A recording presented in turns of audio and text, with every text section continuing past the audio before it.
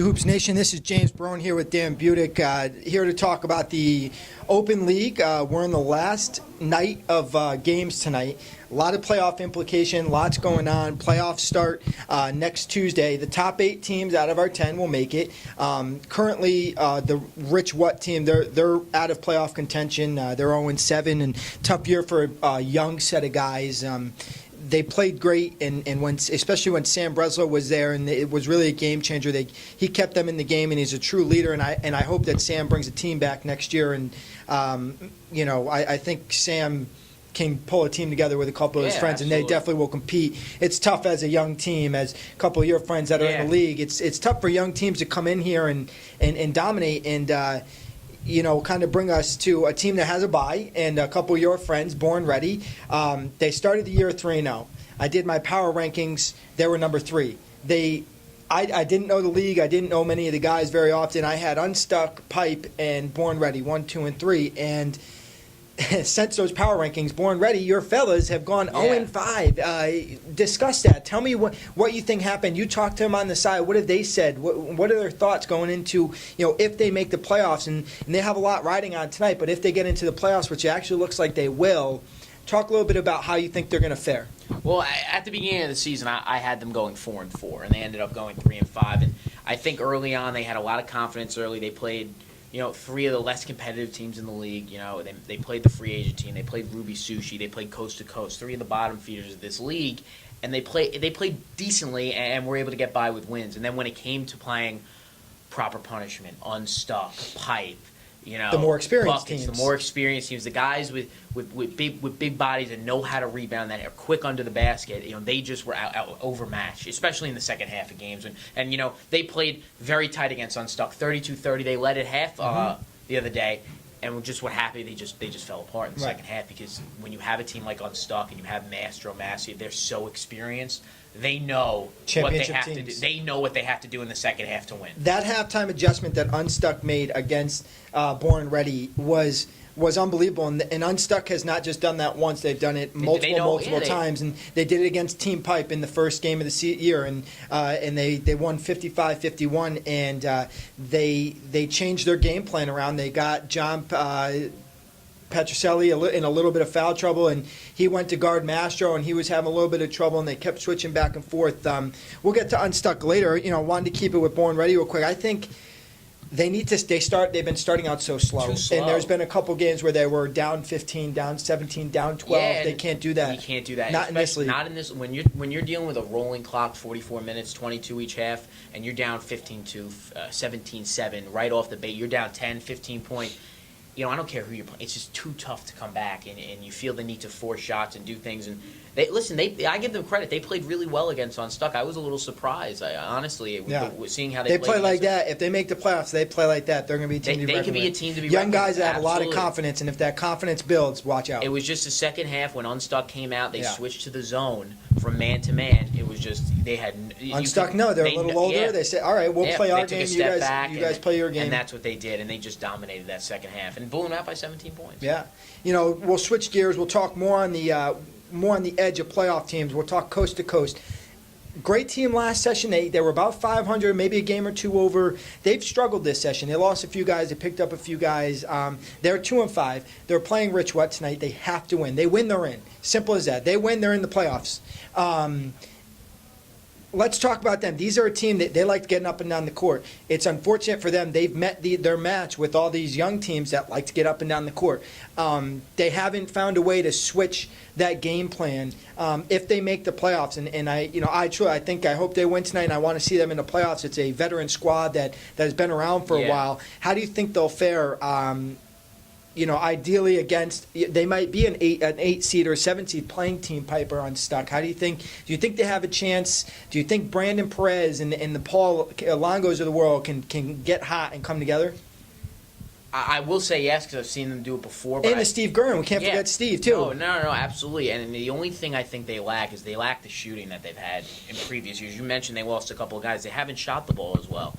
I remember the first game they played Born Ready, and there was no reason why they couldn't win that game. That they were 3 of 18 from the free throw line, and when you lose by 8 points and you're 3 of 18 from the free throw line, you're going to lose. And they didn't help themselves after that either, because they haven't shot the ball well from the free throw line at all. Well, when you're that poor from the free throw line, you are giving away points that you should have. And I'm not saying you got to hit every free throw. That's a win for them. That should have been a win. But they should have beaten Born Ready, Agreed. and that could have changed everything. And that was the first game of the season. Mm-hmm. So when you're that poor shooting, it's very tough to compete in this league because there's just not enough time to come back.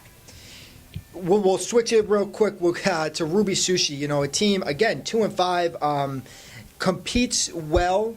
They have a daunting task of playing unstuck in their last game. Yeah. And if they lose, they're out of the playoffs. If they win, they're in. I don't foresee it happening unless for some reason Ming can go 18 3-pointers like Jordan Oranger went this year and scored 62 points. I don't see it happening. Do you see it happening? I think it can. But I will say, because I've seen Ming do it before, but that was on a team with Brandon Dominic and other outside shooters. But they have Julian and Matt. Exactly. Yeah, they do, but I just don't think that with the team they have, they're a little too small. I know they have Q crashing the boards, but I just think they're too small a team to compete against a team like Unstuck. Even when you have Ming shooting, at such a high percentage from 3-point range, I don't see them then tackling an Unstuck team that is just so good. Yeah. And we'll switch gears. We'll talk completely playoffs now. And, your team, give me your favorite team. Who do you think is going to win this league? I think it's Unstuck, without a doubt. And the reason why I say it is I just think proper punishment, I haven't seen the chemistry hit. I haven't seen, on paper you have Ken, Dominic, and Mike Clifford. 6-2. 6-2, yeah, but it's been I don't think it's been a perfect 6-2. They haven't played as great as I think even Ken would tell you they can. Right. But I think they're gonna get their way through the playoff. But I think against a team like Unstuck, I just don't see. I just think it's a mismatch. I think Unstuck is just a veteran team. They've dominated this league, and I think they are hands down the best team in the league. I'm going to disagree with you in a sense of I like Unstuck, and I like them a lot. And the Craig Rollo, who plays unbelievable defense, and you can't stop Mastro down low. And Massia Dave has a beautiful 10, 12-footer, jump shot, and he could drive and pull up from the free throw line. It looks pretty. They're always good. They're always good. Here's my team, Team Pipe. The Pipe. John Petrocelli, Corey. They have Ian down low. They have the pieces with John on the court and Corey bringing up the ball. Corey's a great point guard. Absolutely. He can pull up from 3. He can pull in a little bit. And for a kid that really doesn't look like he's that great at basketball, has shown me he's an all-star. He's an all-star. Yeah. We'll put it that way. And John is the best player in this league. He is the most athletic. He is the best player in this league. He runs that team. They played in week 1, and Team Pipe lost 55-51. And John became very passive after the first half or so. And he was getting bodied, and Garrett Johnson did a great job at guarding him in the second half of that game. And they switched things around a little, and they really ran the offense through Mastro, which seems to be Unstuck's best play. I just believe that with the outside shooters, with the role players that Team Pipe has, and then with the all-stars like John and Corey and even Ian down low, and Ian needs to get big if they meet up with Unstuck in the championship or in the playoffs, because I think they're going to, as great as John and Corey are, they could win off of Ian. And they will win off of Ian. And if Ian can body up Mastro and use his 6 fouls and use them well and wisely, he seems to get a little hot-headed sometimes, and he loses his cool. And no technicals, but he gets in his own head a little bit. And he gets frustrated. If he can calm down and play, and I've seen him play, I think Team Pipe is a force. And I'm not going to be surprised if they take away the championship. I can see it too. I think when it comes down to it, I just think I can't go against Unstuck. I can't go against another team I think is really good is Buckets. I think Buckets is a really good Buckets team. Played Unstuck 8. They lost 83-82, that was one of the best games I've seen. Stephen Schwartz might be the best non-talked about player ever at Lifetime. In a sense of he's maybe on a good day 5'10", 5'11". He plays like he's 6'7". Absolutely. I saw him go 20 of 24 from inside the paint in one of his first games this year, and I've seen the kid dunk. I've seen, for a kid that a beautiful lefty that just knows how to work around the basket and just is a workhorse. This kid, he comes off 5 minutes into the game. They call a timeout. He comes walking off the court like he's going to drop. And then all of a sudden he gets back on the court, takes a swig of water, and he's a new animal. I've never seen a kid that looks like he's going to die, come back on the court, sit at the free throw line, and have hands on his knees and play. They're a good team. Led by Sam Bobley, who I don't think we need to talk about. Sam is what Sam does. He dishes and he gets to the boards and he gets to the hole, and he has some of the craziest layups I've ever seen. Yeah. Mike Diamond struggled this year a little bit. He hasn't been playing that well. He is a force. He can hit the three. He's a shooter, absolutely. And if Sam's driving, he's open in the corner and he makes some shots. And then you have Justin Bell also who could pull up from anywhere. I think you're right. I think buckets, pipe, unstuck, and proper punishment. And I thought those are the best. They're the best four. I think hands down. I think those are best and most experienced four. We talk about that. Team Pipe has been here for a few years. Unstuck, we know of. Yeah, and there is. Listen, Born Ready's a night. I don't think there's a. I think there's a. All these teams have a little something that makes them competitive and keeps them in it. You talk about a team like Cheddar Bob. They're very young, very athletic. They just don't have enough. They don't have enough firepower, I don't think, to get over. I think the top. Wash on Wheels is in that same. Wheels too. I think if they had one more big man like Brian Zetcher, they could dominate. He dominates games. Yeah, Brian and he is yeah. maybe 18, 19 years old, and he dominates games.